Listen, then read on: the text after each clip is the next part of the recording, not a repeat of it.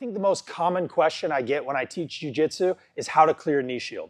In this video, I'm going to show you two different ways that you can smash a knee shield together using a hip switch method. There are times when I have a partner who really, I just can't let them get up. I can't give them any space, and I need to go forward. In these cases, I like to go through the knee shield using a sprawling method. What I'm going to do is take my right hand on the hip and left hand on the knee. I'm again going to post this left foot.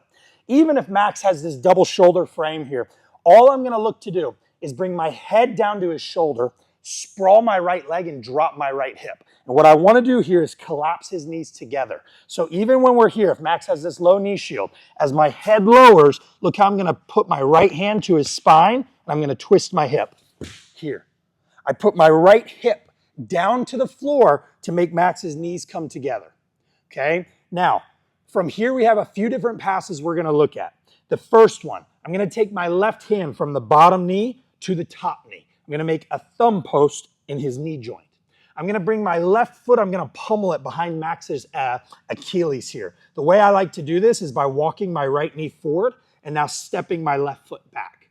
Once I get the left foot behind Max's Achilles, I get off of my knees. I want to make sure I have all my weight down on Max so he can't start to elevate me here. From this position, my right hand is going to reach up to Max's far trap, and I'm going to pull my ear close to Max's neck this way.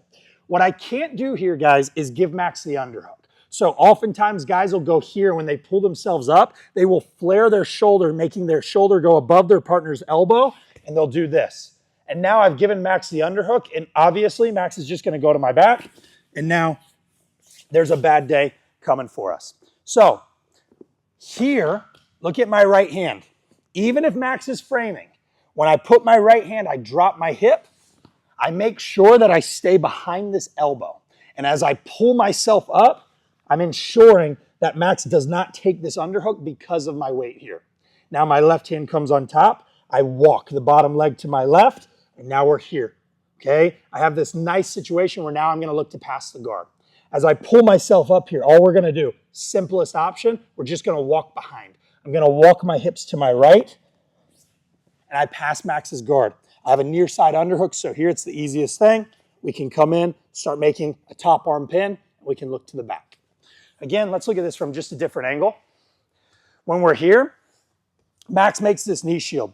Notice I have the right hand on the hip, my left hand's on his knee. I post my left foot. Watch how when I tap Max's back, I twist my hip to collapse his hips together. Tap one, sprawl two. Look how I brought his elbow in front of me. There's no threat of the underhook right now. I reach to this top trap right here. My head's low, I pull myself up, and I'm going to pummel my left foot behind Max's Achilles.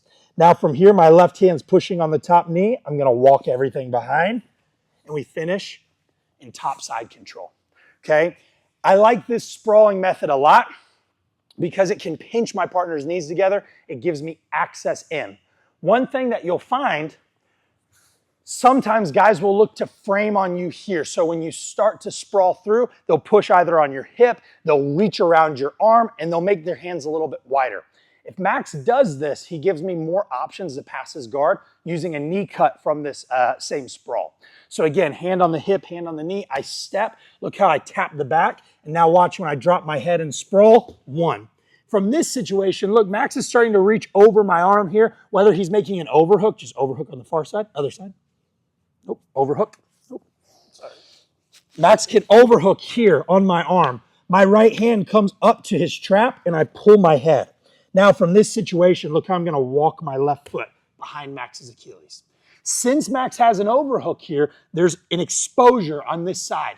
And it's an easy thing. I take my left hand on the knee, and I'm going to hop hip to hip.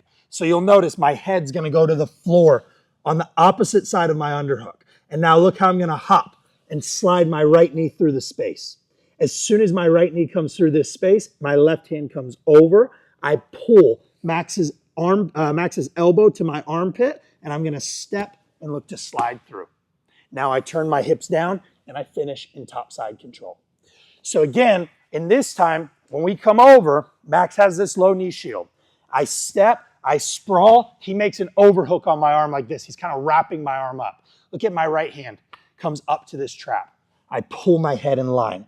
Now, my left hand goes on top of the knee. I'm gonna pummel my left foot behind Max's. Notice when I do this, guys, I'm not keeping my left foot back here.